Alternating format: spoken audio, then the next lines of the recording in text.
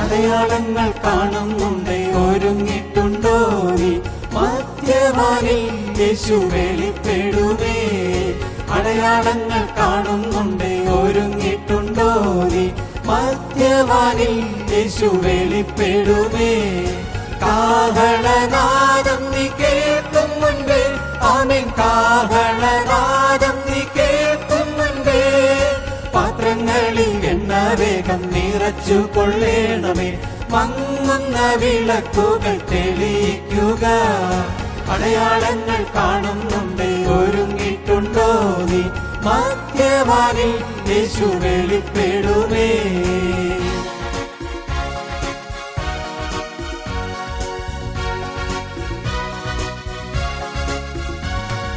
ലക്ഷങ്ങളിൽ സുന്ദരനാം N പ്രിയൻ വാഗ്ദത്തം ഓർക്കുമ്പോഴെൻ വാഞ്ചയേറിടുന്നേ. ലക്ഷങ്ങളിൽ സുന്ദരനാം N പ്രിയൻ വാഗ്ദത്തം ഓർക്കുമ്പോഴെൻ വാഞ്ചയേറിടുന്നേ. യാത്രമധ്യേ ഉറങ്ങുന്ന സിയോൻ സംഘമേ, ആമേൻ, യാത്രമധ്യേ ഉറങ്ങുന്ന സിയോൻ സംഘമേ, യഹോവയ്ക്കായി കാത്തിരുന്നു ശക്തിയെ പുതുക്കുക. കാത്തിരിക്കുന്നവർക്കായി പ്രിയൻ വരുന്നേ. അടയാളങ്ങൾ കാണുന്നുണ്ടേ, ഒരുങ്ങിട്ടുണ്ടോ നീ? മധ്യവാനിൽ യേശു വെളിപ്പെടുമേ.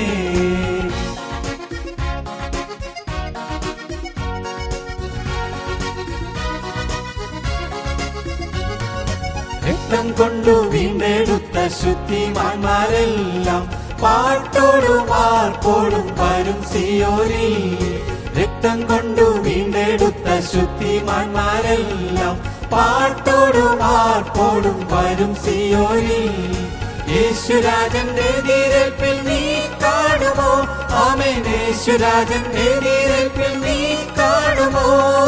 കാട്ടുപ്രാക്കൾ സംഘമെല്ലാം വിരുന്നുശാല തന്നെ നിറയുന്ന കാഴ്ച ഇതൊരാനന്ദമല്ലോ. അടയാളങ്ങൾ കാണുന്നുണ്ടേ, ഒരുങ്ങിട്ടുണ്ടോ നീ? മധ്യവാനിൽ യേശു വെളിപ്പെടുമേ. അടയാളങ്ങൾ കാണുന്നുണ്ടേ, ഒരുങ്ങിട്ടുണ്ടോ നീ? മധ്യവാനിൽ യേശു വെളിപ്പെടുമേ. കാഹളനാദം നീ കേൾക്കും മുൻപേ, ആമേൻ, കാഹളനാദം നീ കേൾക്കും മുൻപേ പാത്രങ്ങളിൽ എണ്ണ വേഗം നിറച്ചു കൊള്ളേണമേ. മങ്ങുന്ന വിളക്കുകൾ തെളിയിക്കുക. അടയാളങ്ങൾ കാണുന്നുണ്ടേ, ഒരുങ്ങിട്ടുണ്ടോ നീ? മധ്യവാനിൽ യേശു വെളിപ്പെടുമേ.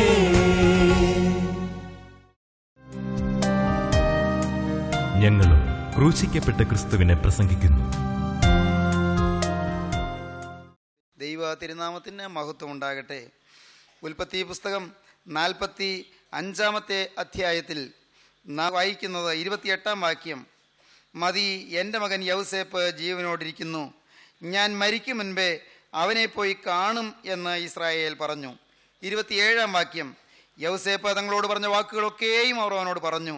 തന്നെ കയറ്റി കൊണ്ടുപോകുവാൻ യോസേപ്പ് അയച്ച രഥങ്ങളെ കണ്ടപ്പോൾ അവരുടെ അപ്പനായ യാക്കോബിന് വീണ്ടും ചൈതന്യം വന്നു. മതി, എൻ്റെ മകൻ യൗസേപ്പ് ജീവനോടിരിക്കുന്നു, ഞാൻ മരിക്കും മുമ്പേ അവനെ പോയി കാണും എന്ന് ഇസ്രായേൽ പറഞ്ഞു. യാക്കോബിന് ചൈതന്യം വന്നു. യൗസേപ്പ് പറഞ്ഞ വാക്കുകൾ കേട്ടു. യൗസേപ്പിൻ്റെ അരികത്ത് പോയി വന്ന യൗസേപ്പിൻ്റെ സഹോദരന്മാർ 11 പേരും പറഞ്ഞത് യാക്കോബ് കേട്ടു. മാത്രമല്ല, യൗസേപ്പിൻ്റെ ആഗ്രഹം യൗസേപ്പ് അറിയിച്ചിരിക്കുന്നു. അപ്പൻ എൻ്റെ അരികത്ത് വന്ന് താമസിക്കണം, അപ്പൻ എൻ്റെ കൊട്ടാരത്തിൽ വന്ന് താമസിക്കണം, അപ്പൻ എൻ്റെ രാജധാനിയിൽ വന്ന് താമസിക്കണം, അപ്പൻ എൻ്റെ അരമനയിൽ വന്ന് പാർക്കണം, അപ്പനോട് ഒരുമിച്ച് എനിക്ക് താമസിക്കണം, എനിക്ക് ഇനിയും ജീവിതകാലം പുലരണം. യൗസേപ്പ് ഈ വിവരം സഹോദരന്മാർ വഴി അപ്പനെ അറിയിക്കുക മാത്രമല്ല, അപ്പനെ കൂട്ടിക്കൊണ്ടുവരുവാൻ മിസ്രയീമ്യ രഥങ്ങളെ അയച്ചിരിക്കുന്നു. മിസ്രയീമിലെ, ഈജിപ്തിലെ രഥങ്ങൾ, ഫറോ രാജാവിൻ്റെ രഥങ്ങൾ, പ്രാചീന സംസ്കാരത്തിൻ്റെ കളിത്തൊട്ടിലായ ഈജിപ്തിലെ ആ വിസ്തൃതങ്ങളായ രഥങ്ങൾ, അതാണ് ഇപ്പോൾ കനാനിൽ വന്ന് നിൽക്കുന്നത്. പ്രിയപ്പെട്ടവരെ, യൗസേപ്പ് അയച്ചതായ രഥങ്ങൾ അത് കണ്ടപ്പോൾ, തന്നെ കയറ്റിക്കൊണ്ടു പോകുവാനായി യൗസേപ്പ് അയച്ച രഥങ്ങളെ കണ്ടപ്പോൾ അപ്പനായ യാക്കോബിന് വലിയ സന്തോഷമായി, വലിയ ചൈതന്യമായി. എന്താണ് ഈ കാണിക്കുന്നത്? യൗസേപ്പ് ജീവനോടിരിക്കുന്നു എന്നതിൻ്റെ തെളിവ്. യൗസേപ്പ് ജീവനോടിരിക്കുന്നു. സ്നേഹിതരെ, യൗസേപ്പ് ജീവനോടിരിക്കുന്നു. യൗസേപ്പിനെ 20 വെള്ളിക്കാശിനാണ് വിറ്റത്. ഇസ്മായേലിയ കച്ചവടക്കാർക്ക് 20 വെള്ളിക്കാശിനാണ് യൗസേപ്പിനെ വിറ്റ് കളഞ്ഞത്. എന്നാൽ കർത്താവായ യേശുവിനെ യൂദ ഒറ്റിക്കൊടുത്തത് 30 വെള്ളിക്കാശിനാണ്. ഉൽപ്പത്തി പുസ്തകത്തിലെ യൗസേപ്പ് പുതിയ നിയമത്തിലെ കർത്താവായ യേശുവിൻ്റെ സിംബലാണ്, യേശുവിൻ്റെ നിഴലാണ്, യേശുവിൻ്റെ അടയാളമാണ്, യേശുവിൻ്റെ പ്രതിരൂപമാണ്. യേശുവിൻ്റെ നിഴലായി യൗസേപ്പിനെ നാം പഴയ നിയമത്തിൽ കാണുകയാണ്. ഈ യൗസേപ്പ് ജീവനോടിരിക്കുന്നു. എന്താണ് അതിൻ്റെ അർത്ഥം? കർത്താവായ യേശു ജീവനോടുകൂടിയിരിക്കുന്നു. യേശു ജീവിക്കുന്നു. 2000 വർഷം മുൻപ് റോമൻ ഗവൺമെൻറ്റിൻ്റെ ആ കുരിശിൽ മരിച്ചു തീർന്നില്ല കർത്താവായ യേശുവിൻ്റെ ജീവിതം. റോമൻ സർക്കാർ ഒരുക്കിയ ആ കുരിശിൽ തീർന്നു പോയി എന്നാണ് മഹാപുരോഹിതന്മാർ ചിന്തിച്ചത്. ഇവൻ്റെ കഥ കഴിഞ്ഞല്ലോ എന്ന് അവർ സന്തോഷിച്ചു. ഈ നസ്രായൻ്റെ കാര്യം തീർന്നല്ലോ, ഇനി അവനെ കൊണ്ട് ശല്യം ഉണ്ടാവുകയില്ലല്ലോ എന്ന് അവർ വിചാരിച്ചു. അവർ സന്തോഷിച്ചു, അവർ അഭിമാനം കൊണ്ടു. മഹാപുരോഹിതന്മാരും ശാസ്ത്രികളും പരീശന്മാരും യെരൂശലേം ദേവാലയത്തിലെ മതമേധാവികളും എല്ലാം ഊറ്റം കൊണ്ടു. ഈ നസ്രായൻ്റെ കഥ തീർത്തല്ലോ, നന്നായി എന്ന്. അവനെ അരിമത്യക്കാരൻ യൗസേപ്പിൻ്റെ കല്ലറയിൽ അടക്കം ചെയ്തു. കല്ലറയ്ക്ക് മുദ്ര വെച്ചു. നല്ല സന്തോഷമായി. തീർന്നു, അവസാനിച്ചു, കഥ തീർന്നു. എന്നാൽ പ്രിയപ്പെട്ടവരെ, കല്ലറയെ തട്ടി തകർത്തുകൊണ്ട് കർത്താവായ യേശു ഉയർത്തെഴുന്നേറ്റു. മരണത്തെ വെല്ലുവിളിച്ചുകൊണ്ട് കർത്താവായ യേശു ഉയർത്തെഴുന്നേറ്റു. ഹേ മരണമേ, നിന്റെ ജയമെവിടെ? പാതാളമേ, നിന്റെ ജയമെവിടെ? മരണമേ, നിന്റെ ജയമെവിടെ? നിന്റെ വിഷമുള്ള എവിടെയെന്ന് വെല്ലുവിളിച്ചുകൊണ്ട് കർത്താവായ യേശു ഉയർത്തെഴുന്നേറ്റ് ജീവിക്കുന്നു. യേശു ജീവിക്കുന്നു. യേശു ഉയർത്തെഴുന്നേറ്റ് ജീവിക്കുന്നു. ഞാനൊരു സംഭവം വായിക്കുകയുണ്ടായി. നിങ്ങൾ കേട്ട് കാണും. റോബർട്ട് ഇംഗർസോൾ എന്ന് പറയുന്ന മഹാനായ ഒരു വ്യക്തിയെക്കുറിച്ച്. അദ്ദേഹം മഹാനായിരുന്നു. പക്ഷേ നിർഭാഗ്യവശാൽ അദ്ദേഹം ദൈവവിശ്വാസം ഇല്ലാത്തവനായിരുന്നു. ദൈവം ഇല്ല എന്ന് ചിന്തിച്ചവനായിരുന്നു. ബൈബിൾ അവിശ്വസിച്ച മനുഷ്യനായിരുന്നു. ബൈബിൾ മിഥ്യയാണെന്ന് പറയുകയും പ്രഖ്യാപിക്കുകയും ചെയ്ത മനുഷ്യനായിരുന്നു റോബർട്ട് ഇംഗർസോൾ. എന്നാൽ ഒരു ദിവസം ഇംഗർസോൾ ട്രെയിനിൽ യാത്ര ചെയ്യുകയായിരുന്നു. ട്രെയിൻ പോകുമ്പോൾ അദ്ദേഹം ഇരുന്ന കമ്പാർട്ട്മെൻറ്റിൽ വളരെ മാന്യമായി വേഷം ധരിച്ച ഒരു മനുഷ്യൻ കടന്നു വന്ന് എതിരെ ഇരുന്നു. വേറെ ആരുമില്ല. കുറച്ചു നേരം കഴിഞ്ഞു. ഇംഗർസോൾ ചോദിച്ചു, നിങ്ങൾ ആരാണ്? നിങ്ങൾ ഇപ്പോൾ കയറി വന്ന് നിങ്ങൾ ഉടനെ വായിക്കാൻ തുടങ്ങുന്നല്ലോ, നിങ്ങൾ ആരാണ്? പറഞ്ഞു, എൻ്റെ പേര് ല്യൂ വാലസ് എന്നാണ്. ല്യൂ വാലസ്, ഓ ഞാൻ കേട്ടിട്ടുണ്ടല്ലോ, ധാരാളം പുസ്തകം എഴുതിയിട്ടുള്ള ആളാണല്ലോ, ധാരാളം വളരെ വിശിഷ്ടമായ സാഹിത്യ ഗ്രന്ഥങ്ങൾ എഴുതിയിട്ടുള്ള ആളാണല്ലോ. അങ്ങാരാണ്?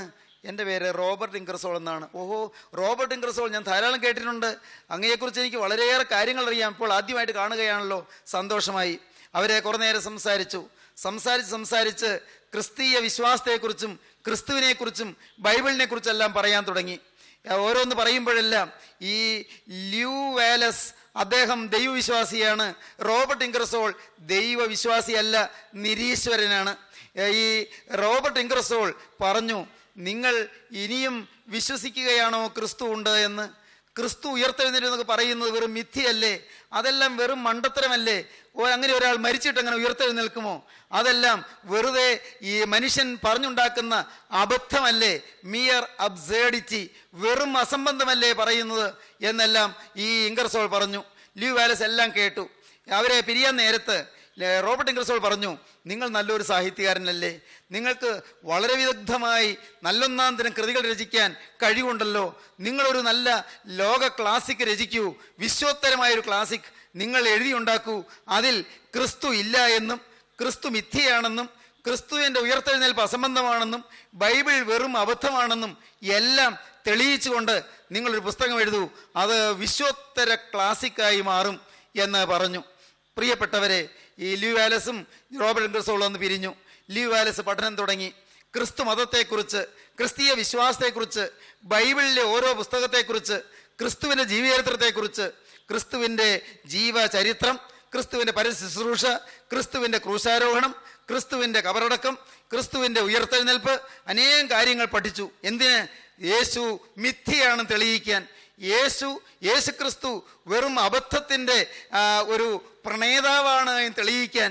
അതിനുവേണ്ടി ഇപ്രകാരം ഒരു പുസ്തകം എഴുതുന്നതിന് ഒരുങ്ങി വളരെ വിദഗ്ധമായ ഗവേഷണ പഠനങ്ങൾ നടത്തി. കേൾക്കണമോ? പഠനമെല്ലാം കഴിഞ്ഞു 4 വർഷം കഴിഞ്ഞ് 44 വയസ്സാണ് അദ്ദേഹത്തിന് അന്ന്. 40ാമത്തെ വയസ്സിലാണ് ഇംഗർസോളിനെ കണ്ടത്. 4 വർഷത്തെ പഠനത്തിന് ശേഷം പഠിച്ച് എഴുതിയുണ്ടാക്കിയ കടലാസുകളെല്ലാം ഫയലായി മേശപ്പുറത്ത് അടുക്കി വെച്ചിട്ട് അദ്ദേഹം കസേരയിൽ ഇരുന്ന് എഴുതാൻ ആരംഭിച്ചു. എന്താണ് എഴുതാൻ തുടങ്ങുന്നറിയാമോ? ക്രിസ്തു മിഥ്യയാണ്, ഈ വേദപുസ്തകം അസംബന്ധമാണ്, ക്രിസ്തു ഉയർത്തെഴുന്നേൽപ്പ് പറയുന്നതെല്ലാം മുഴുവൻ അബദ്ധമാണ്. അങ്ങനെയാണ് എഴുതാൻ പോകുന്നത്. അതിനുള്ളതായ അനേകം കാര്യങ്ങൾ, തെളിവുകളെല്ലാം പഠിച്ചാണ് അദ്ദേഹം എഴുതാൻ തുടങ്ങുന്നത്. വിശദമായ പഠനമാണ് നടത്തിയത്. പ്രിയപ്പെട്ടവരെ, അവസാനം എഴുതാൻ തുടങ്ങി. പേനയെടുത്തു, ആദ്യത്തെ അക്ഷരം എഴുതാൻ തുടങ്ങി. എഴുതാൻ പറ്റുന്നില്ല. അദ്ദേഹം പെട്ടെന്ന് ചാടി കസേരയിൽ നിന്ന് എഴുന്നേറ്റിട്ട് ചാടി നിലത്ത് മുട്ടുകുത്തിയിരുന്നു. അദ്ദേഹം കരയാൻ തുടങ്ങി. 2 കൈയും കൊണ്ട് മുഖം പൊത്തി അദ്ദേഹം വിങ്ങി കരയുകയാണ്. കരയുന്നതിൻ്റെ ഇടയ്ക്ക് അദ്ദേഹം പറഞ്ഞു, യേശുവേ എന്നോട് ക്ഷമിക്കണമേ, എൻ്റെ യേശുവേ എന്നോട് പൊറുക്കണമേ, യേശുവേ ഞാൻ അബദ്ധത്തിന്, ഞാൻ വിഡ്ഢിത്തത്തിന് ഞാൻ എന്നെ തന്നെ വിട്ടുകൊടുത്തു പോയി. നീ ഇല്ല എന്ന് ഞാൻ തെളിയിക്കാൻ ശ്രമിക്കും തോറും നീ എനിക്ക് കൂടുതൽ യാഥാർത്ഥ്യമായി അനുഭവമാകുന്നു. നാഥ, ഞാൻ നിന്നെ ത്യജിക്കാൻ തുടങ്ങുമ്പോൾ നീ എൻ്റെ ഹൃദയത്തിൽ ശാന്തിയും സമാധാനവും പകരുന്നു. നിന്നെ ഞാൻ നിഷേധിക്കാൻ തുടങ്ങുമ്പോൾ എൻ്റെ ഹൃദയത്തിൽ അത്ഭുതകരമായ ശാന്തി വന്ന് നീ ജീവിക്കുന്നുവെന്ന് എനിക്ക് അനുഭവം തരുന്നു. ഇത് പറഞ്ഞു മനസ്സിലാക്കേണ്ടതല്ല, അനുഭവിക്കേണ്ടതാണ്. നാഥ, നീ എന്നോട് പൊറുക്കണമേ. അദ്ദേഹം ഏങ്ങലടിച്ച് കരഞ്ഞ് പ്രാർത്ഥിച്ചിട്ട് വീണ്ടും എഴുന്നേറ്റു. ഇരുന്ന് എഴുതി. മനോഹരമായൊരു പുസ്തകം എഴുതി. ആ പുസ്തകത്തിൻ്റെ പേര് കേൾക്കണമോ? ബെൻഹർ എന്ന് പറയുന്ന പുസ്തകം. അത് നിങ്ങളിൽ ചിലരെങ്കിലും പക്ഷേ വായിച്ചിട്ടുണ്ടാകും. അത് വായിച്ചിട്ടുള്ളവർ കോരിത്തരിച്ചിട്ടുണ്ടാകും. ക്രിസ്തു വിശ്വാസത്തെ വളരെ കനത്ത ഗാംഭീര്യത്തോടെ പ്രകാശിപ്പിക്കുന്നതായ സുന്ദരമായ ഒരു സാഹിത്യ ഗ്രന്ഥം ബെൻഹർ. ഞാനത് വായിച്ചിട്ടുണ്ട്. അതിൻ്റെ സാഹിത്യ മൂല്യം ഞാൻ ആസ്വദിച്ചിട്ടുണ്ട്. മാത്രമല്ല, അതിനകത്തുള്ളതായ ആശയങ്ങളുടെ ഗരിമയിൽ ഞാൻ ആമഗ്നനായി ഞാൻ എന്നെ തന്നെ മറന്നിരുന്ന് ദൈവത്തെ മഹത്വപ്പെടുത്തിയിട്ടുണ്ട്. ക്രിസ്തുവിൻ്റെ അപ്രമേയ വ്യക്തിത്വത്തെ വ്യക്തമായി ചൂണ്ടിക്കാണിക്കുന്ന ആ അതിശയകരമായ മനോഹരമായ ഒരു നല്ല ഗവേഷണ പഠനത്തിൻ്റെ പിൻബലമുള്ള സുന്ദരമായ ഒരു നോവൽ ബെൻഹർ. സഹോദരങ്ങളെ, ഞാൻ പറയട്ടെ, യേശുക്രിസ്തു ജീവിക്കുന്നുണ്ട്. യേശുക്രിസ്തു ജീവിക്കുന്നു. യേശുക്രിസ്തു ഇന്ന് നമ്മെ ഓരോരുത്തരെയും കാണുന്നു. നിങ്ങൾ ഇരിക്കുന്ന ഇരിപ്പിൽ യേശു നിങ്ങളെ കാണുന്നു. നിങ്ങൾ നടക്കുമ്പോൾ യേശു നിങ്ങളെ കാണുന്നു. മകനെ, നീ ഉറങ്ങാൻ കിടക്കുമ്പോൾ യേശു നിന്നെ കാണുന്നു. മകളെ, നീ അടുക്കളയിൽ ബന്ധപ്പെട്ട് ജോലി ചെയ്ത് ശരീരം തളരുമ്പോൾ യേശു നിന്നെ കാണുന്നു. സ്നേഹിത, നീ ഓഫീസിൽ വലഞ്ഞു വിഷമിക്കുമ്പോൾ യേശു നിന്നെ കാണുന്നു. മാന്യ ദൈവവൈതലേ, നീ ജോലിഭാരത്തിൽ വിഷമിച്ച് തല കൈകൊണ്ട് താങ്ങിക്കൊണ്ട് നീ വളരെ മടുപ്പോടെ ക്ഷീണത്തോടെ കോട്ടുവായിട്ട് തളർന്നിരിക്കുമ്പോൾ യേശു നിന്നെ കാണുന്നു. ദൈവവൈതലേ, സ്വർഗത്തിലെ ദൈവം ജീവിക്കുന്ന ദൈവമാണ്. എന്തിനാണ് യേശു ഉയർത്തെഴുന്നേറ്റത്? നിങ്ങൾ ചിന്തിച്ചിട്ടുണ്ടോ? യേശു ഉയർത്തെഴുന്നേറ്റത് ഒരേ ഒരു കാര്യത്തിന് വേണ്ടിയാണ്, കരച്ചിൽ മാറ്റാനാണ്. ഉയർത്തെഴുന്നേറ്റ ക്രിസ്തു അന്ന് ഉയർത്തെഴുന്നേറ്റ ആദ്യ ദിവസം ആദ്യമായി ചോദിച്ച ചോദ്യം, സ്ത്രീയെ നീ കരയുന്നത് എന്ത് എന്നായിരുന്നു. കരയുന്നവരുടെ കരച്ചിൽ മാറ്റാനാണ് കർത്താവായ യേശു ഉയർത്തെഴുന്നേറ്റ് ജീവിക്കുന്നത്. സ്നേഹിത, നിന്റെ കരച്ചിൽ മാറ്റാൻ യേശു മതിയായവനാണ്. മകളെ, നിന്റെ കണ്ണുനീര് തോർത്താൻ യേശു മതിയായവനാണ്. ദൈവവൈതലേ, നിന്റെ ഹൃദയത്തിന് നൊമ്പരങ്ങൾ ഒപ്പിയെടുത്ത് മാറ്റുവാൻ കർത്താവായ യേശു മതിയായവനാണ്. അനേകം ജീവിതങ്ങൾക്ക് യേശു സമാധാനം നൽകിയിട്ടുണ്ട്. അനേകം ജീവിതങ്ങളിൽ യേശു ശാശ്വത ശാന്തി തന്നിട്ടുണ്ട്. യേശു ജീവിക്കുന്നു. എന്താണ് നാം കാണുന്നത്? എൻ്റെ മകൻ യൗസേപ്പ് ജീവനോടിരിക്കുന്നു, ഞാൻ അവനെ പോയി കാണും. തന്നെ അയറ്റിക്കൊണ്ടു പോകുവാൻ യൗസേപ്പ് അയച്ച രഥങ്ങളെ കണ്ടപ്പോൾ അവരുടെ അപ്പനായ യാക്കോബിന് വീണ്ടും ചൈതന്യം വന്നു. മതി, എൻ്റെ മകൻ യൗസേപ്പ് ജീവനോടിരിക്കുന്നു, ഞാൻ മരിക്കും മുൻപേ അവനെ പോയി കാണും എന്ന് പറഞ്ഞു. മറ്റൊരു ഗൗരവമേറിയ അർത്ഥമുണ്ട്. അത് ഇനിയും പറഞ്ഞു തരാം. പ്രിയപ്പെട്ടവരെ, രഥങ്ങളെ കാണുകയാണ്. ഈ രഥങ്ങളെ അയച്ച യൗസേപ്പിൻ്റെ അടുക്കലേക്ക് ചെല്ലുവാൻ യൗസേപ്പ് വിളിക്കുകയാണ്. യൗസേപ്പ് ഒരിക്കൽ പരിത്യജിക്കപ്പെട്ടവനാണ്, എന്നാൽ ഇന്ന് രാജാവാണ്. യൗസേപ്പ് ഒരിക്കൽ അവനെ 20 വെള്ളിക്കാശ് വിറ്റതാണ്, എന്നാൽ അവൻ ഇന്ന് ഭരിക്കുന്നവനായി വാഴുകയാണ്. ഈ യൗസേപ്പ് സഹോദരന്മാർ പൊട്ടക്കണത്തിൽ തള്ളിയിട്ട് കൊല്ലാൻ നോക്കിയതാണ്, എന്നാൽ അവൻ ഇന്ന് മേലധികാരിയായി വാഴുകയാണ്, പ്രശോഭിക്കുകയാണ്. എന്തിനെ കാണിക്കുന്നു? ഒരിക്കൽ മുൾമുടിയേറ്റ് കടന്നുപോയ ക്രിസ്തു അവൻ രാജാവായി വാഴുകയാണ്. ഒരിക്കൽ മനുഷ്യരുടെ നിന്നയേറ്റ്, മുഖത്ത് തുപ്പലേറ്റ്, കന്നത്ത് അടിയേറ്റ്, മുഖത്ത് നിന്ന് രോമങ്ങൾ പിഴുതെടുത്ത്, രോമകൂപങ്ങൾ രക്തം തുളിച്ച്, അങ്ങനെ വേദനയുടെ പ്രതീകമായി വേദനയുടെ പ്രതിരൂപമായി കടന്നുപോയ കർത്താവായ യേശു അവനിന്ന് വാഴുകയാണ്. അവനിന്ന് പിതാവിൻ്റെ വലത്തുഭാഗത്ത് ഇരിക്കുകയാണ്. മാത്രമല്ല പ്രിയപ്പെട്ടവരെ, അവൻ വീണ്ടും വരുന്നവനാണ്. കർത്താവായ യേശു വീണ്ടും വരും. യേശു ഈ ലോകത്തിൽ നിന്ന് മാറ്റപ്പെടുന്നതിന് മുൻപ്, ക്രൂസിലേറുന്നതിന് മുൻപ്, കർത്താവ് തൻ്റെ പ്രിയപ്പെട്ട ശിഷ്യന്മാർ 11 പേരെ ചേർത്തിരുത്തിയിട്ട് പറഞ്ഞു, ഞാൻ നിങ്ങൾക്ക് സ്ഥലമൊരുക്കുവാൻ പോകുന്നു. ഞാൻ പോയി നിങ്ങൾക്ക് ഭവനം ഒരുക്കിയാൽ ഞാൻ ഇരിക്കുന്നിടത്ത് നിങ്ങളും ഇരിക്കേണ്ടതിന് പിന്നെയും വന്ന് നിങ്ങളെ എൻ്റെ അടുക്കൽ ചേർത്തുകൊള്ളും. ഞാൻ പോകുന്നത് നിങ്ങൾക്ക് നല്ലത്. ഞാൻ നിങ്ങൾക്ക് സ്ഥലമൊരുക്കുവാൻ പോകുന്നു. ഞാൻ പോയി നിങ്ങൾക്ക് സ്ഥലമൊരുക്കിയാൽ ഞാൻ ഇരിക്കുന്നിടത്ത് നിങ്ങൾ ഇരിക്കേണ്ടതിന് പിന്നെയും വന്ന് നിങ്ങളെ എൻ്റെ അടുക്കൽ ചേർത്തുകൊള്ളും. യേശു വീണ്ടും വരുമെന്ന് പറഞ്ഞിട്ടാണ് പോയത്. യേശു സ്വർഗാരോഹണം ചെയ്യുന്ന സമയത്ത് 2 ദൂതന്മാർ, വെള്ളവസ്ത്രധാരികളായ 2 മാലാഖമാർ അങ്ങ് ആകാശത്ത് നിന്ന് പറന്നു വന്ന് മധ്യാകാശത്തിൽ നിന്നു. ആ ദൂതന്മാർ പറഞ്ഞു, ഗലീലാ പുരുഷന്മാരെ, നിങ്ങൾ ആകാശത്തിലേക്ക് നോക്കി നിൽക്കുന്നത് എന്ത്? നിങ്ങളെ വിട്ട് സ്വർഗാരോഹണം ചെയ്ത ഈ യേശുവിനെ, അവൻ സ്വർഗത്തിലേക്ക് പോകുന്നവനായി നിങ്ങൾ കണ്ടതുപോലെ തന്നെ അവൻ വീണ്ടും വരും. നിങ്ങളെ വിട്ട് സ്വർഗാരോഹണം ചെയ്തു പോയ ഈ യേശുവിനെ, അവൻ സ്വർഗത്തിലേക്ക് പോകുന്നവനായി നിങ്ങൾ കണ്ടതുപോലെ തന്നെ അവൻ വീണ്ടും വരുമെന്ന് അപ്പോസ്തല പ്രവൃത്തിയുടെ പുസ്തകം 1-ാം അധ്യായത്തിൽ നാം വായിക്കുന്നു. സ്നേഹിതരെ, യേശു വീണ്ടും വരും. കർത്താവായ യേശു പോയതിനു ശേഷം ക്രൂശിക്കപ്പെട്ടു, ഉയർത്തെഴുന്നേറ്റു, സ്വർഗാരോഹണം ചെയ്ത് പോയതിനു ശേഷം പ്രിയപ്പെട്ടവരെ, കർത്താവിൻ്റെ അപ്പോസ്തലന്മാരെ പറഞ്ഞു, കർത്താവിൻ്റെ പ്രിയപ്പെട്ട അപ്പോസ്തലനായ യോഹന്നാൻ ശ്ലീഹ പറഞ്ഞു, കാൺമീൻ, നാം ദൈവമക്കളെന്ന് വിളിക്കപ്പെടുവാൻ പിതാവ് നമുക്ക് എത്ര വലിയ സ്നേഹം നൽകിയിരിക്കുന്നു. അങ്ങനെ തന്നെ നാം ആകുന്നു. നാം ഇന്നതാകുമെന്ന് ഇതുവരെ പ്രത്യക്ഷമായില്ല. അവൻ പ്രത്യക്ഷനാകുമ്പോൾ നാം അവനെ താൻ ഇരിക്കുമ്പോൾ തന്നെ കാണുന്നതാകൊണ്ട് അവനോട് സദൃശന്മാരാകും എന്ന് നാം അറിയുന്നു. പ്രിയപ്പെട്ടവരെ, അവൻ പ്രത്യക്ഷനാകും എന്ന് യോഹന്നാൻ ശ്ലീഹ പറഞ്ഞു. കർത്താവിൻ്റെ ശിഷ്യന്മാരിൽ പ്രധാനിയായിരുന്ന പത്രോസ് ശ്ലീഹ പറഞ്ഞു, കർത്താവിൻ്റെ ദിവസമോ കള്ളനെ പോലെ വരും. അപ്പോൾ ആകാശം കൊടുമുഴക്കത്തോട് ഒഴിഞ്ഞു പോകും, മൂലപദാർത്ഥങ്ങൾ കത്തി അഴിയുകയും ഭൂമിയോടുള്ള പണികളും എന്തു പോകുകയും ചെയ്യും.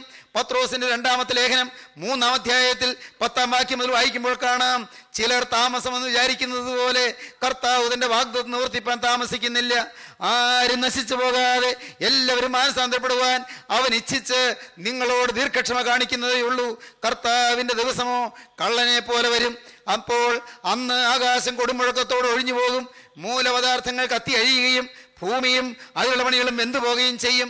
അപ്പോസ്തലനായ പത്രോസ് പറഞ്ഞു, അപ്പോസ്തലനായ പൗലോസ് പറഞ്ഞു, തൻ്റെ ലേഖനങ്ങളിലെല്ലാം അപ്പോസ്തലൻ പറഞ്ഞിട്ടുണ്ട്. എന്താണ് പറഞ്ഞത്?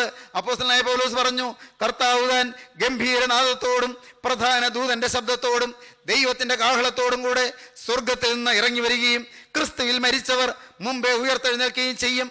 പിന്നെ ജീവനോടെ ശേഷിക്കുന്നവരായ നാം അവരോട് ഒരുമിച്ച് ആകാശത്തിൽ കർത്താവിനെതിരേൽപ്പാൻ മേഘങ്ങളിൽ എടുക്കപ്പെടും. പ്രിയപ്പെട്ടവരെ, കർത്താവായ യേശു വീണ്ടും വരുമെന്ന് അപ്പോസ്തലനായ പൗലോസ് സാക്ഷിച്ചു. യൂദാസ് ശ്ലീഹ തൻ്റെ ലേഖനത്തിൽ ഒരേ ഒരു അധ്യായം മാത്രമേ ഉള്ളൂ. പക്ഷേ ആ ലേഖനത്തിൽ അതിലെ പറഞ്ഞിരിക്കുന്നു, ആ ഒരധ്യായം മാത്രമുള്ള ലേഖനത്തിൽ 15-ാം വാക്യം മുതൽ പറയുന്നു, ഇതാ കർത്താവ് എല്ലാവരെയും വിധിപ്പാനും അവർ അഭക്തിയോടെ ചെയ്ത ഭക്തി വിരുദ്ധമായ സകല പ്രവൃത്തികളെ നിമിത്തം ഭക്തികെട്ട പാപികൾ തന്റെ നേരെ പറഞ്ഞ സകല നിഷ്ഠൂരങ്ങളുടെ നിമിത്തവും ഭക്തികെട്ടവരൊക്കെയും ബോധം വരുത്തുവാനും 1000 വിശുദ്ധന്മാരോടുകൂടെ വന്നിരിക്കുന്നു എന്ന് പ്രവചിച്ചു. യേശു വീണ്ടും വരുമെന്ന് യൂദാസ് ശ്ലീഹ പ്രവചിച്ചു. ലേഖനം എഴുതിയ യാക്കോബ് ശ്ലീഹ പറഞ്ഞു, ന്യായാധിപതി വാതിൽക്കൽ നിൽക്കുന്നു. പ്രിയപ്പെട്ടവരെ, യേശു വരാറായി എന്ന് യാക്കോബ് ശ്ലീഹായും പറഞ്ഞു. നോക്കൂ, പിൽക്കാലത്ത് സഭയുടെ വിശുദ്ധ പിതാക്കന്മാര് 318 ബാബാമാര് കൂടി നിഖ്യാ സുന്നതദോസില് ഒരുമിച്ച് കൂടി അത്ഭുതകരമായ ആത്മീക തേജോമയമായ കാര്യങ്ങൾ പര്യാലോചിച്ചപ്പോൾ, നിഖ്യാ വിശ്വാസ പ്രമാണം എഴുതിയപ്പോൾ, 2-ാം ഖണ്ഡികയുടെ അവസാനം എഴുതി, ജീവനുള്ളവരെയും മരിച്ചവരെയും ന്യായം വിധിപ്പാൻ തൻ്റെ വലിയ മഹത്വത്തോടെ ഇനിയും വരുവാനിരിക്കുന്നവനും തൻ്റെ രാജ്യത്തിന് അവസാനമില്ലാത്തവനുമായ യേശു മിശിഹായ ഏകകർത്താവിലും ഞങ്ങൾ വിശ്വസിക്കുന്നു. എത്ര വ്യക്തമായിട്ടാണ് പറയുന്നത്! ജീവനുള്ളവരെയും മരിച്ചവരെയും ന്യായം വിധിപ്പാൻ തൻ്റെ വലിയ മഹത്വത്തോടെ ഇനിയും വരുവാനിരിക്കുന്നവനും തൻ്റെ രാജ്യത്തിന് അവസാനമില്ലാത്തവനുമായ യേശു മിശിഹായ ഏകകർത്താവിലും ഞങ്ങൾ വിശ്വസിക്കുന്നു. പ്രിയപ്പെട്ടവരെ, നിന്റെ മഹത്വം ഉദിക്കുന്ന നാൾ നിൽക്കണം. അവർ വലഭാഗത്തിലെന്ന് നാളുകളായി പോരാ, വർഷങ്ങളായി, നൂറ്റാണ്ടുകളായി ഇതാ വിശ്വാസികൾ പാടുന്നു, നിന്റെ മഹത്വം ഉദിക്കുന്ന ഒരു നാളുണ്ട് എന്ന്. തവ മഹിമോദയ ദിവസം എന്ന് വിശുദ്ധന്മാർ പാടുകയും അത് പ്രകീർത്തിക്കുകയും ചെയ്തു. മഹിമ ഉദിക്കുന്നൊരു ദിവസമുണ്ട് എന്ന്. താവക മഹിമോദയ ദിവസേ നിർത്തണേ താവക പൂജകരെ, പരിശുദ്ധന്മാരുടെ നിരയിൽ നിന്റെ പൂജകരെ, നിന്റെ ആരാധകരെ, നിന്റെ മഹിമ ഉദിക്കുന്ന ദിവസം താവക പൂജകരെ പരിശുദ്ധന്മാരുടെ നിരയിൽ നിർത്തണമേ എന്ന് പ്രാർത്ഥിച്ച പിതാക്കന്മാർ. സ്നേഹിതരെ, ഓർക്കൂ, ഇന്ന് ഈ തലമുറയിൽ ജീവിക്കുന്ന നാം വിശ്വസിക്കുന്നു യേശു വീണ്ടും വരുമെന്ന്. യൗസേപ്പ് ജീവനോടുകൂടി ഇരിക്കുന്നുണ്ട്. യൗസേപ്പ് രഥങ്ങളെ അയച്ചിരിക്കുകയാണ്. ഒറ്റിക്കൊടുത്ത യൗസേപ്പ്, തള്ളിക്കളഞ്ഞ യൗസേപ്പ്, കൊല്ലുവാൻ നോക്കി യൗസേപ്പ്, അതേ സഹോദരന്മാർ തിരസ്കരിച്ച യൗസേപ്പ്, സഹോദരന്മാർ നിരസിച്ചു കളഞ്ഞ യൗസേപ്പ്, മുൾമുടി ചാർത്തി കടന്നുപോയ പുതിയ ജീവിതത്തിലെ യൗസേപ്പാകുന്ന കർത്താവായ യേശു അവൻ ജീവനോടുകൂടി ഇരിക്കുന്നുണ്ട്. അവൻ വാഴുകയാണ്, അവൻ അധിപതിയായി വാഴുകയാണ്, അവൻ രാജകിരീടം ചൂടി വരാനിരിക്കുന്നു. പ്രിയപ്പെട്ടവരെ, മുൾമുടിയേറ്റ് കടന്നുപോയവൻ രാജകിരീടം ചൂടി വരും. ദൈവത്തിന്റെ വലിയ നാമം മഹത്വപ്പെടട്ടെ. യജമാനൻ വരും. അന്നേരത്ത് ഉണർവുള്ളവരായി മുന്തിരിത്തോപ്പിൽ പണി ചെയ്യുന്നവരായി കാണുന്ന ദാസന്മാരത്രേ ധന്യന്മാർ. യജമാനൻ വരും പ്രിയരെ, സംശയിക്കേണ്ട. പാടിയതുകൊണ്ടല്ല, അനുഭവിക്കണം പ്രിയരെ, വിശ്വസിക്കണം. യജമാനൻ വരും. യജമാനായ യേശു വീണ്ടും വരും. രാജാധിരാജനായ യേശു വീണ്ടും വരും. യജമാനൻ വരും. അന്നേരത്ത് ഉണർവുള്ളവരായി മുന്തിരിത്തോപ്പിൽ പണി ചെയ്യുന്നവരായി കാണുന്ന ദാസന്മാരത്രേ ധന്യന്മാർ. അവരെ താതൻ മേശയെങ്കിൽ ഇരുത്തും. പിതാവായ ദൈവം അവരെ തന്റെ തിരുമേശയെങ്കിലേക്ക് ആനയിക്കും. സുതൻ പരികർമ്മിക്കും. പുത്രൻ തമ്പുരാൻ അവരെ ശുശ്രൂഷിക്കും. മാത്രമല്ല, റൂഹ് കുദിശ പാറക്കലീത്ത മുടയുന്ന മുടി, അതേ പരിശുദ്ധാത്മാവ്, ആശ്വാസപ്രദനായ പരിശുദ്ധാത്മാവ് കിരീടം മെടഞ്ഞ് അവരുടെ മകുടത്തിൽ ചൂടിക്കും, അവരുടെ ശിരസിലണിയിക്കും. ഇതെല്ലാം വിശ്വാസ സത്യങ്ങളാണ്. ഇതെല്ലാം പിതാക്കന്മാരുടെ വിശ്വാസമാണ്. സ്നേഹിതരെ, ഇപ്പോൾ നിങ്ങളോട് സ്നേഹത്തോടെ ചോദിക്കട്ടെ, നിങ്ങളുടെ ജീവിതത്തിൽ യേശു വരുമെന്ന് ഉറപ്പുണ്ടോ? യേശു വീണ്ടും വരുമെന്നുള്ള ഒരു വിശ്വാസം നിങ്ങൾക്കുണ്ടോ? രഥങ്ങളിതാ കാണാം. ഇന്ന് രഥങ്ങൾ കാണാൻ കിട്ടിയിട്ടുണ്ട്. ഏതാണ് ഈ രഥം? ദൈവത്തിന്റെ വലിയ നാമം മഹത്വപ്പെടട്ടെ. ഏതാണ് ഈ രഥം? ഇന്ന് ദൈവജനമേ, ഈ രഥം ഏതാണ്? രക്താങ്കിതമായ രഥം, കർത്താവായ യേശുവിന്റെ ഊനമില്ലാത്ത കുഞ്ഞാടിന്റെ രക്തം പുരണ്ട ഈ രഥം ഏതാണ്? അത് വിശുദ്ധ സ്തുതിയാണ്. വിശുദ്ധ സ്തുതിയിൽ നിനക്ക് പറക്കാം മകനെ. വിശുദ്ധിയുടെ സ്തുതിയിൽ അത് നിനക്ക് പറക്കുവാൻ നീ യോഗ്യത പ്രാപിക്കുക. അത് വിശുദ്ധ സ്തുതിയാണ്. രഥങ്ങളെ കണ്ടു, രഥങ്ങൾ അയച്ചിരിക്കുന്നു. യൗസേപ്പ് അപ്പനെ കൊണ്ടുവരുവാൻ രഥങ്ങളെ അയച്ചിരിക്കുന്നു. മകനെ, നിന്നെ കൊണ്ടുപോകുവാൻ ഇന്ന് നിനക്ക് വേണ്ടി പരിശുദ്ധാത്മാവ് രഥം അയച്ചിരിക്കുകയാണ്. പരിശുദ്ധാത്മാവിന്റെ രഥം ഏത്? അത് വിശുദ്ധ സ്തുതിയാണ്. ആ വിശുദ്ധ സ്തുതിയുടെ ചിറകിന്മേൽ നിനക്ക് ചിറകടിച്ച് പറക്കാം. ബാല്യക്കാർ ക്ഷീണിച്ചു പോകും, യൗവനക്കാരും ഇടറി വീഴും. എന്നാൽ യഹോവയ്ക്കായി കാത്തിരിക്കുന്നവർ ശക്തിയെ പുതുക്കും. അവർ കഴുകന്മാരെ പോലെ ചിറകടിച്ച് കയറും. അവർ തളർന്നു പോകാതെ ഓടുകയും ക്ഷീണിച്ചു പോകാതെ നടക്കുകയും ചെയ്യും. ദൈവത്തിന്റെ വലിയ നാമം മഹത്വപ്പെടട്ടെ. ഞാൻ വിശ്വസിക്കുന്നു യേശു വീണ്ടും വരുമെന്ന്. ഞാൻ വിശ്വസിക്കുന്നു പരാതിയില്ലാത്ത രാജ്യത്തിനെ എത്തിക്കുമെന്ന്. ഞാൻ വിശ്വസിക്കുന്നു പരിഭവമില്ലാത്ത ദേശത്തിനെ എത്തിക്കുമെന്ന്. ഞാൻ വിശ്വസിക്കുന്നു രോഗമില്ലാത്ത നാട്ടിലെന്നെ എത്തിക്കുമെന്ന്. ഞാൻ വിശ്വസിക്കുന്നു പിണക്കമില്ലാത്ത ദേശത്തിനെ എത്തിക്കുമെന്ന്. ഞാൻ വിശ്വസിക്കുന്നു ഒറ്റപ്പെടുത്തലുകളോ കുറ്റപ്പെടുത്തലുകളോ അവഗണനകളോ ഇല്ലാത്ത സ്വർഗത്തിൽ എന്നെ എത്തിക്കുമെന്ന്. ഞാൻ വിശ്വസിക്കുന്നു ഞാൻ പാപിയെങ്കിലും എൻ്റെ പാപം പോക്കിയ ഊനമില്ലാത്ത കുഞ്ഞാടിന്റെ രക്തം എന്നെ വീണ്ടെടുത്തു എന്ന് ഞാൻ വിശ്വസിക്കുന്നു. ദൈവജനമേ, ഇത് കേൾക്കുമ്പോൾ നിങ്ങൾക്ക് വിശ്വസിക്കാമോ? കുഞ്ഞാടിന്റെ തങ്ക തിരുവിലാവ് പൊട്ടിയൊഴിയ ചോരയിൽ നിന്റെ നിന്റെ ജീവിതം കഴുകപ്പെട്ടു എന്ന് വിശ്വസിക്കാൻ കഴിയുമോ മകനെ, മകളെ? നിനക്ക് വിശ്വസിക്കാൻ കഴിയുമോ? ഊനമില്ലാത്ത കുഞ്ഞാടിന്റെ രക്തം, ഹല്ലേലൂയ, ഊനമില്ലാത്ത കുഞ്ഞാടിന്റെ രക്തം, ഹല്ലേലൂയ, ഹല്ലേലൂയ, ഊനമില്ലാത്ത കുഞ്ഞാടിന്റെ രക്തം നിന്റെ ഹൃദയപാപങ്ങൾ കഴിയുമെന്ന് നീ വിശ്വസിക്കുന്നുണ്ടോ? ആ തിരുരക്തത്തിന്റെ മുദ്ര നിനക്ക് ദൈവം സൗജന്യമായി തരുന്നുവെന്ന് നീ വിശ്വസിക്കുന്നുണ്ടോ? നിന്റെ പാപക്കറകൾ കഴുകി തരുന്ന രക്തം, നിന്റെ പാപ ജീവിതത്തിൽ നിന്ന് ഒരു മോചനം തരുന്ന രക്തം, നിന്നെ ഉദ്ധരിക്കുന്ന രക്തം, നിന്നെ വിശുദ്ധീകരിക്കുന്ന രക്തം, നിന്നെ കഴുകി വെടിപ്പാക്കുന്ന രക്തം, നിനക്ക് പുതുബലം തരുന്ന രക്തം, പുതിയ ക്രമ നിന്നെ ധരിപ്പിക്കുന്ന രക്തം, പുതിയ വസ്ത്രം നിന്നെ ധരിപ്പിക്കുന്ന രക്തം, പുതിയ ആഭരണങ്ങൾ നിനക്ക് തരുന്ന രക്തം, കർത്താവായ യേശുവിന്റെ പരിശുദ്ധ രക്തം, പുണ്യാഹ രക്തം, ഇന്നും ഹാബേലിന്റെ രക്തത്തെക്കാൾ ഗുണകരമായി സംസാരിക്കുന്ന പുണ്യാഹ രക്തം ഇന്ന് ഈ സമയത്ത് നിങ്ങൾ കഴുകുവാൻ ദൈവജനമേ നിങ്ങൾ ആഗ്രഹിക്കുന്നുണ്ടോ? നിങ്ങൾ ദൈവത്തോട് യാചിപ്പീൻ, നിങ്ങൾ ദൈവത്തോട് അപേക്ഷിപ്പീൻ. നാഥാ, നിന്റെ രക്തം വന്ന് എന്നെ കഴുകണമേ, രഥങ്ങൾ എനിക്ക് കാണുമാറാക്കണമേ, വിശുദ്ധ സ്തുതി എനിക്ക് തരണമേ, വിശുദ്ധ സ്തുതിയുടെ തേരിൽ പറക്കാൻ എനിക്ക് ഭാഗ്യം തരണമേ, വിശുദ്ധ സ്തുതിയുടെ വിമാന ചെറുകളിൽ എന്നെ വഹിച്ചുകൊണ്ട് പോകണമേ, വിശുദ്ധ സ്തുതി എന്നെ അലങ്കരിക്കണമേ, ആത്മാവിന്റെ ആരാധനയുടെ സൗകുമാര്യവും സൗഭാഗ്യവും അനുഭവിക്കാൻ എനിക്ക് ഭാഗ്യം നൽകണമേ. ദൈവജനമേ പ്രാർത്ഥിപ്പീൻ, ദൈവജനമേ യാചിപ്പീൻ, കർത്താവിന്റെ കരുണയ്ക്കായി യാചിപ്പീൻ. നമുക്ക് പ്രാർത്ഥിക്കാം.